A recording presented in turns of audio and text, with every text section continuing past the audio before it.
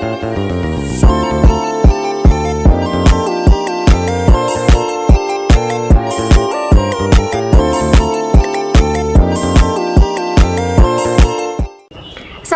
warahmatullahi wabarakatuh. Kembali lagi bersama kami berdua, saya Melinda Agustin dan rekan saya Ima Dwi Nur Cahyani. Oke, untuk video kali ini lagi-lagi kita akan bersama-sama membahas mengenai ekonomi internasional. Namun pada pokok pembahasan kita kali ini akan membahas mengenai kebijakan perdagangan di negara-negara berkembang. Baik, jadi untuk bab kali ini kita akan membahas 3 subbab. Yang pertama yaitu membahas tentang logika dari strategi industrialisasi substitusi impor. Kemudian yang kedua akan dibahas tentang dualisme ekonomi, dan yang ketiga atau yang terakhir ini akan membahas tentang keajaiban di Asia Timur. Baik, langsung saja untuk yang pertama yaitu mengenai industrialisasi substitusi impor. Beberapa negara setelah terjadinya Perang Dunia Kedua hingga tahun 1970-an senantiasa ingin memacu pembangunan ekonominya dengan cara membatasi impor barang manufaktur agar dapat mengembangkan kekuatan manufakturnya sendiri dan dapat menggantikan barang impor tersebut. Terkait dengan industrialisasi substitusi impor ini ada yang namanya argumen industri bayi, yang mana intinya di sini pemerintah negara berkembang perlu untuk memberikan perlindungan sementara bagi sektor manufaktur untuk dapat bersaing dengan produk impor yang memang lebih kompetitif. Nah, perlindungan ini tidak selamanya diberikan, akan tetapi hanya diberikan sampai produk dalam pasar domestik ini dapat bersaing dengan produk impor. Nah, lalu apa kelemahan dari argumen ini? Yang pertama yaitu pengalihan perhatian dari sektor ekonomi yang sudah ada ke sektor ekonomi yang diperkirakan akan memiliki keunggulan komparatif itu merupakan pilihan yang kurang tepat. Seperti pada tahun 1980-an, misalnya Korea Selatan baru berhasil menjadi eksportir mobil setelah sekian tahun mengupayakan untuk mengumpulkan modal terlebih dahulu. Karena apabila Korea Selatan itu memutuskan untuk industri mobil kemudian mengekspornya di tahun 1960-an, itu bukan pilihan yang cermat, karena pada saat itu modal dan tenaga kerja masih langka di Korea Selatan. Jadi untuk kelemahan yang pertama ini, kesimpulannya adalah pilihan yang dapat diambil oleh suatu negara itu lebih baik mengumpulkan modal terlebih dahulu, tidak langsung mendirikan suatu industri. Selanjutnya untuk kelemahan yang kedua yaitu pemberian proteksi terhadap sektor manufaktur tidak selalu baik apabila sektor yang diproteksi ini tidak sesuai dengan sektor yang berkembang di domestik. Misalnya saja di Pakistan dan India, mereka memproteksi sektor manufaktur yang besar, akan tetapi dari negara-negara ini justru mengekspor manufaktur ringan seperti tekstil. Nah, tentunya ketidaksesuaian sektor yang diproduksi dengan sektor yang berkembang ini tentunya bukan pilihan yang baik untuk dapat mengambil kebijakan proteksi. Selanjutnya untuk kelemahan yang ketiga yaitu relatif mahal dan terlalu lamanya waktu dalam membangun industri menjadikan campur tangan pemerintah ini tidak selalu dibenarkan. Seperti yang terjadi di Amerika Serikat. Pengembangan industri bioteknologi di Amerika Serikat ini menyedot modal yang cukup besar sampai ratusan juta dolar. Akan tetapi ini berkat campur tangan investasi dari kalangan swasta. Jadi kesimpulan dari kelemahan yang ketiga ini adalah keuntungan suatu negara tidak selamanya berkat campur tangan pemerintah, akan tetapi bisa juga dari pihak swasta. Untuk yang selanjutnya yaitu argumen pro terhadap argumen industri bayi, yakni adanya kegagalan pasar. Nah, kegagalan pasar ini ada dua kondisi. Yang pertama, apabila suatu negara tidak memiliki lembaga keuangan yang dapat mengakumulasikan modal dari sektor tradisional seperti pertanian yang digunakan untuk industri baru, maka kemampuan industri baru tersebut akan terbatas.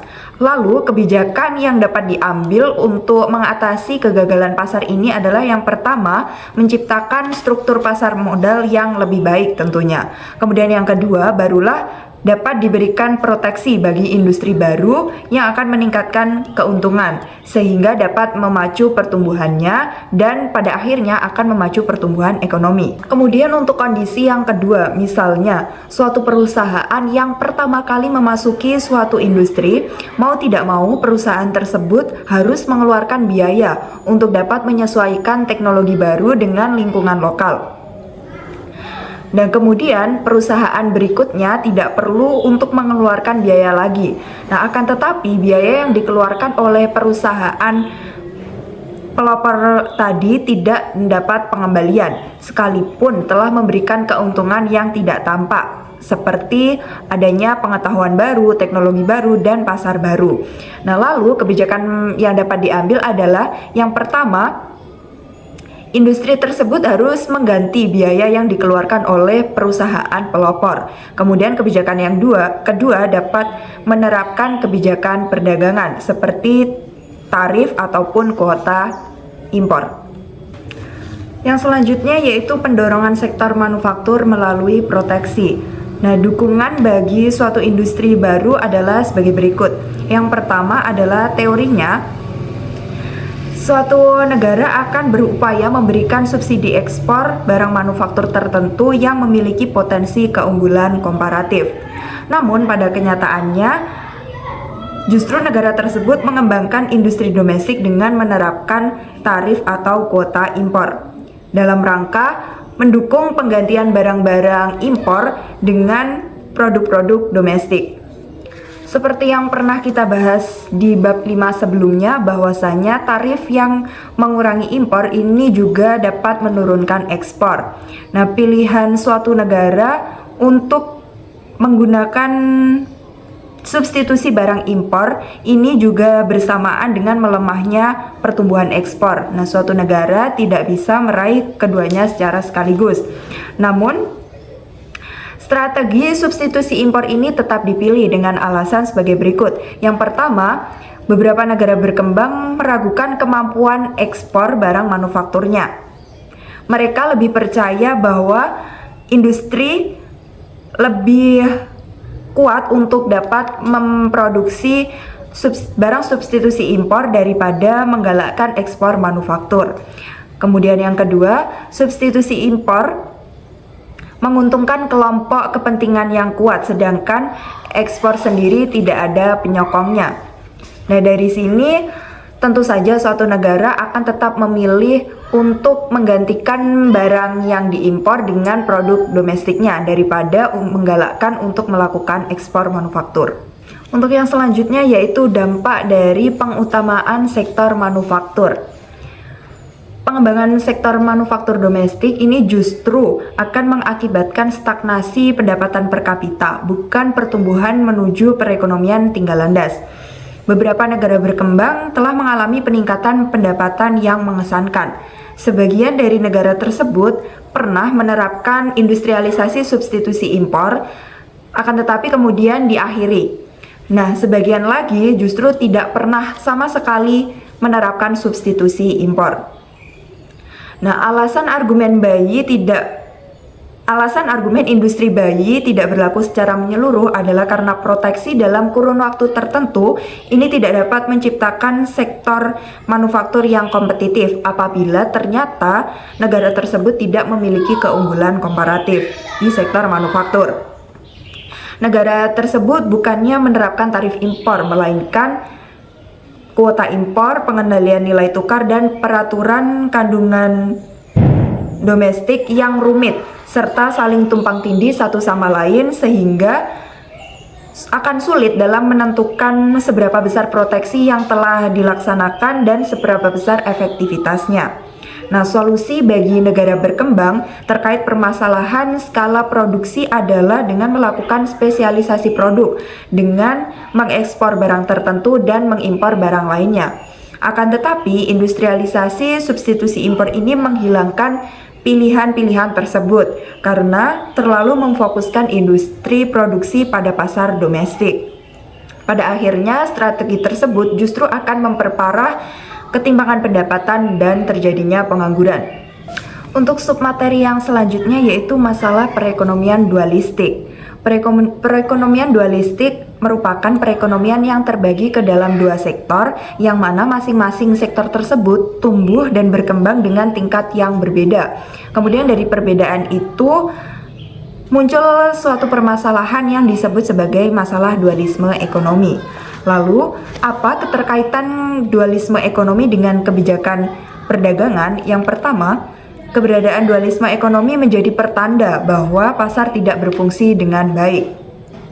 Suatu perekonomian yang efisien tidak akan terjadi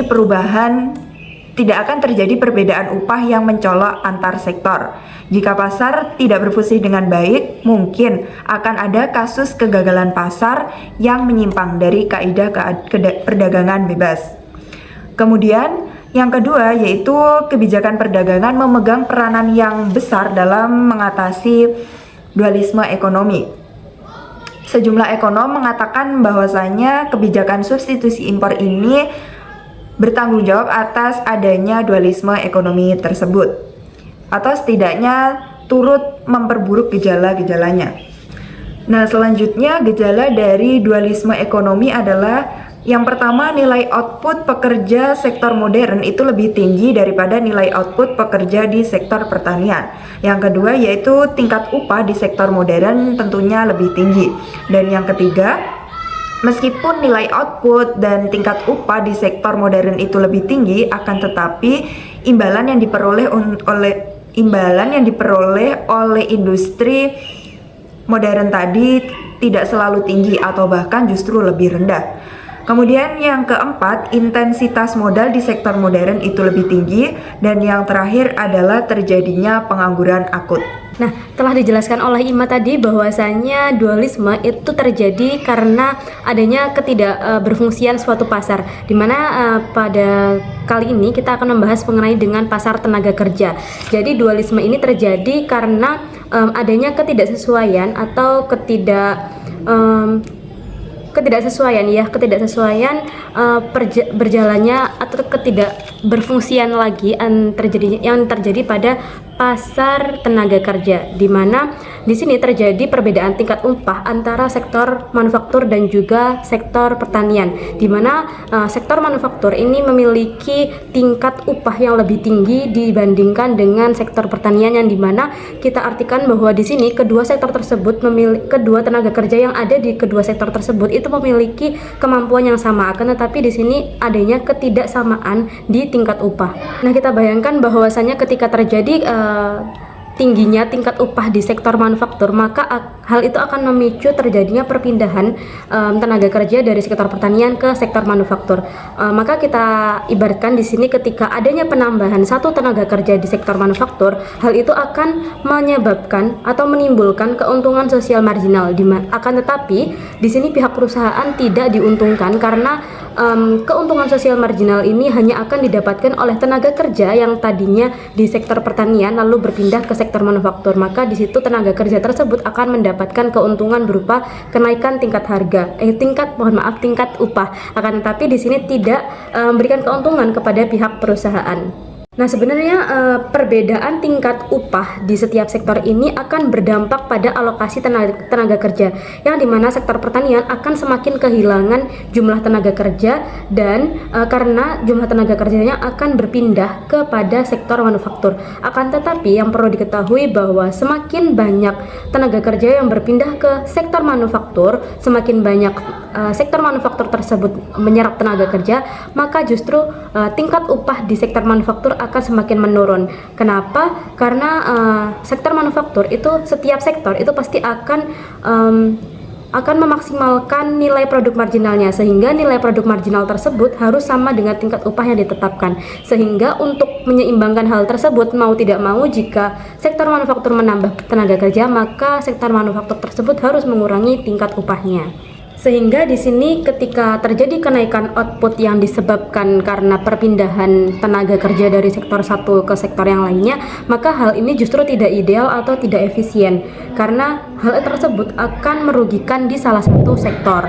Nah, idealnya di sini pemerintah harus menargetkan kesempatan kerja secara langsung itu berapa. Jadi hal itu bisa dengan cara mungkin saat yang pertama menghilangkan perbedaan upah antara sektor pertanian juga sektor manufaktur. Jadi dibuat sama antara kedua sektor tersebut untuk tingkat upahnya, dan yang kedua bisa memberikan subsidi bagi manufaktur agar di sini manufaktur dapat mempekerjakan lebih banyak tenaga kerja dengan tujuan agar pengangguran yang dimaksud oleh yang telah dijelaskan oleh Ima tadi bisa teratasi. Akan tetapi pemberian subsidi kepada sektor manufaktur itu justru kurang baik karena hal tersebut akan menyebabkan perpindahan modal dan juga tenaga kerja seluruhnya kepada sektor manufaktur.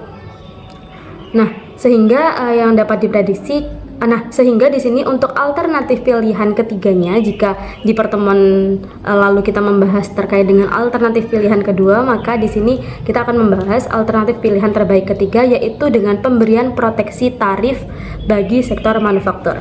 Sehingga di sini diprediksi ketika kebijakan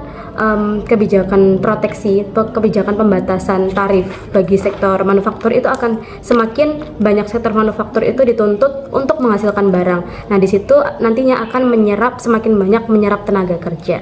Jika tadi saya mengatakan bahwasannya pengangguran dan juga pasar tenaga kerja itu bisa diatasi dengan memberikan proteksi terhadap tarif bagi sektor manufaktur, tapi beberapa ekonom itu berpendapat justru bahwa dualisme ini terjadi karena adanya kebijakan yang telah diterapkan seperti tarif tadi. Jadi dualisme ini terjadi karena adanya pembatasan impor.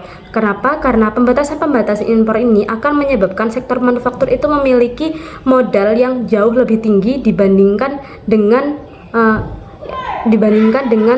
sektor yang lainnya, sehingga ini akan menciptakan upah yang lebih tinggi juga di sektor manufaktur.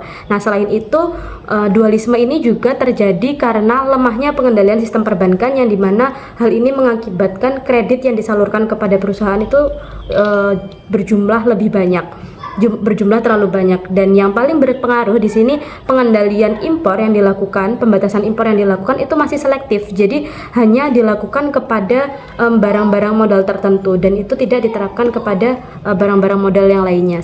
Nah, jika tadi dualisme menyebabkan sektor manufaktur itu lebih tinggi tingkat upahnya dan sektor pertanian itu lebih rendah, maka di sini sebenarnya ada hal lain atau ada kebijakan lain yang bisa membuat dualisme itu tidak terjadi, yaitu dengan cara produk manufaktur yang diciptakan itu diekspor ke negara-negara maju. Nah, apabila suatu negara itu sudah dapat melakukan ekspor, jadi fokusnya mereka adalah ke ekspor, produk manufaktur dilakukan untuk diekspor, maka negara-negara tersebut bisa dikatakan sebagai negara yang memiliki perekonomian Asia berkinerja tinggi atau high performance Asian economics. Jadi sebenarnya apa sih pertumbuhan ekonomi Asia atau high performance Asian economics? Jadi pertumbuhan ekonomi Asia ini menurut Bank Dunia ada 3 kelompok negara yang termasuk ke dalam pertumbuhan ekonomi Asia, di mana yang pertama ini adalah Jepang. Jepang ini memiliki pendapatan per kapita setara dengan Amerika Serikat dan juga Eropa Barat. Dan yang kedua ini ada kelompok 4 negara yang masuk ke dalam kelompok macan Asia, yang dimana ini ada Hong Kong, Taiwan, Korea Selatan dan juga Singapura. Nah, 4 negara ini juga termasuk sebagai negara yang pertumbuhan ekonominya sangat pesat. Dan kelompok terakhir yang termasuk sebagai negara dengan pertumbuhan ekonomi yang cepat yaitu ada Malaysia, Thailand, Indonesia, dan Republik Rakyat Cina. Nah, ciri-ciri dari pertumbuhan ekonomi Asia sendiri ini, mereka pertumbuhan ekonominya itu bertumbuh sangat tinggi, sangat cepat, dan juga mereka ini sangat terbuka dengan adanya perdagangan internasional. Dan perekonomian Asia Timur ini lebih berorientasi pada kegiatan ekspornya, sehingga di sini pertumbuhan ekonomi mereka bertumbuh dengan sangat pesat. Nah, karena negara-negara pertumbuhan ekonomi yang masuk ke dalam pertumbuhan ekonomi Asia yang cepat ini, mereka kan tadi terbuka dalam perdagangan internasional, maka di sini mereka akan terbuka dengan perdagangan bebas. Mereka melakukan perdagangan lebih bebas daripada negara-negara berkembang yang lainnya. Kecuali di sini yang perlu di-highlight lagi yaitu Hong Kong, di mana Hong Kong ini masih belum melakukan perdagangan dengan bebas karena mereka masih menerapkan kebijakan-kebijakan pembatasan perdagangan seperti tarif, kuota impor dan lain sebagainya. Dan ternyata setelah dikulik bahwasanya penyebab terjadinya pertumbuhan ekonomi di Asia itu tadi bukan semata-mata karena berkat dari perdagangan bebas, akan tetapi ternyata mereka negara-negara yang masuk ke dalam pertumbuhan perekonomian Asia yang pesat tadi, karena negara-negara tersebut itu memiliki tabungan yang tinggi, sehingga tabungan yang mereka miliki itu mereka putar untuk dijadikan sebagai investasi mereka secara besar-besaran. Nah, dan hampir semua negara tersebut itu memiliki pendidikan umum yang maju. Jadi dengan kedua hal tersebut, karena negara-negara tersebut memiliki tabungan dan juga pendidikan umum yang maju, maka kedua hal tersebutlah yang menjadi alasan keberhasilan pertumbuhan ekonomi negara-negara tersebut. Oke, baik, itulah yang dapat kami sampaikan mengenai dengan kebijakan perdagangan di negara berkembang.